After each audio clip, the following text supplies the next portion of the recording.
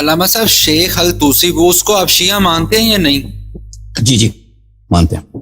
تو انہوں نے اپنی تذکیر الشافی میں لکھا ہے کہ امام جعفر صادق نے اپنے والد امام باقر سے روایت کرتے ہیں، انہوں نے فرمایا ایک قریشی شخص حضرت علی کے پاس آیا اور عرض کی امیر المؤمنین آپ کو خطبے میں کبھی کبھار یہ کہتے ہوئے سنتے ہیں اے اللہ ہمارے معاملات اس طرح فرما. تفسیر الشافی نہیں، تلخیص الشافی ہے. تلخیص الشافی، تلخیص ہی میں نے کہا ہے. تلخیص تو کا ہمارے معاملات صفحہ نمبر جلد نمبر پتہ ہے؟ صفحہ نمبر جلد نمبر پتہ ہے؟ جی میں جلد نمبر 3 ہے، صفحہ نمبر 317 ہے. تلخیص الشافی نہیں، وہ خود شافی ہے، کتاب الشافی ہے، نہ تلخیص الشافی. شیخ طوسی نے التذکیر الشافی کے اندر یہ کہا ہے. اچھا جلد نمبر 3 کیا ہے؟ صفحہ نمبر 317. اچھا بس بات کرتے جائیں، بسم اللہ. تو اس میں مولا علی، حالانکہ میرا جو بات کا تھا، میرا یہ تھا کہ جو بخاری شریف کی روایت تھی ہم اس پہ بات کریں جو اس پر بلیم ہوتا ہے، لیکن وہ بات آگے خلافت کی طرف نکل رہی ہے تو وہ اس طرح ہم کسی نتیجے پر نہیں پہنچیں گے. تو لیکن اگر آپ اہل سنت کی کتابوں کو اتنا ہی آپ کر رہے ہیں تو آپ شیعہ کتابوں کے اندر بھی بے حساب روایات ہیں جن میں حضرت ابوبکر صدیق کی شان واضح ہیں. اگر آپ پڑھیں، میں یہاں پہ سکین بھی دکھا دیتا ہوں تو وہ تو واضح ہے. تو پھر بالکل کوئی نہیں ہے، کچھ بھی نہیں ہے. آپ کے یہ بالکل غلط بات ہے کہ ہماری کتابوں میں ابوبکر عمر کی تعریف ہے.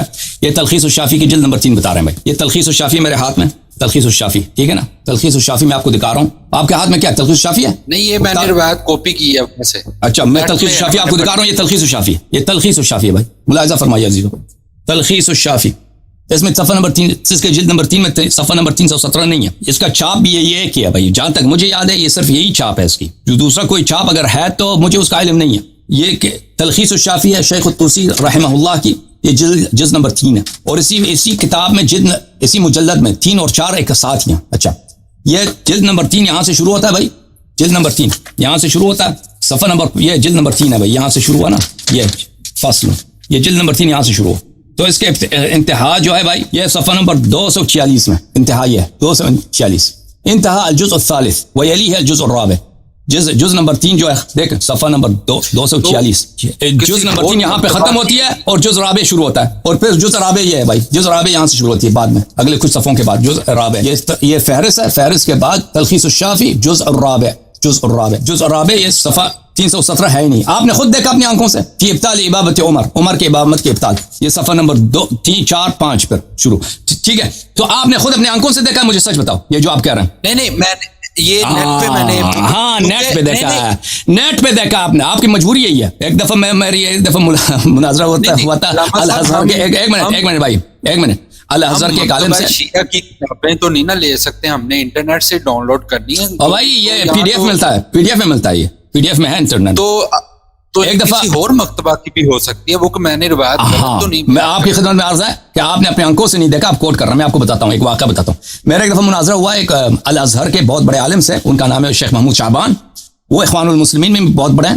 جب اخوان المسلمین کی حکومت گری تھی تو ان کو جیل میں ڈالا گیا تھا بیچارے کو. اس کا انٹرنیٹ میں موجود ہے میرا مناظرہ عربی زبان میں. تو انہوں نے بھی کوٹ کیے تھے کتاب تلخیص الشافی سے. تو میں نے ان سے مناظرے سے اسے پوچھا تھا کہ آپ مجھے بتائیں کہ آپ نے زندگی میں تلخیص الشافی دیکھی ہے؟ اس کا رنگ آپ نے دیکھا؟ اس کا جلد پیلا ہے، بلو ہے، کالا ہے، ریڈ ہے، کیا اس کا؟ اس نے کہا نہیں میں نے نہیں دیکھا. وہ جس حدیث کو کوٹ کر رہا تھا وہ حدیث ہے تلخیص الشافی میں، تلخیص الشافی میں ہے، لیکن وہ اس طرح ہے کہ شیخ طوسی نے، یہ تو تلخیص الشافی تو شیخ طوسی کی نہیں ہے کتاب، یہ کتاب سید مرتضیٰ کی. انہوں نے خلاصہ کیا. سید مرتضیٰ نے یا آپ کہتے ہیں چلو شیخ طوسی نے نقل کیا ہے کہ یہ حدیث نقل کیا جاتا ہے، اور اس کو رد کیا انہوں نے. ہم نہیں مانتے اس لیے یہ حدیث باطل. جیسا بھی میں نقل کرتا ہوں نا، میں بخاری مسلم کی کوئی حدیث لے لیتا ہوں، نقل کرتا ہوں، پھر کہتے ہیں وہ یہ حدیث نہیں مانتے ہیں، اس وجوہات پہ بنا پر نہیں مانتے. انہوں نے اس حدیث کو اس لیے نقل کیا تاکہ اس کو رد کرے. تو یہ بیچارے جو انٹرنیٹ پہ مواد ڈالتے ہیں یا اپنے کوئی کتاب لکھتا ہے شیعوں کے خلاف، وہ تو بہت سارے کم ہیں جو ریفرنسز کو چیک کرتا ہے.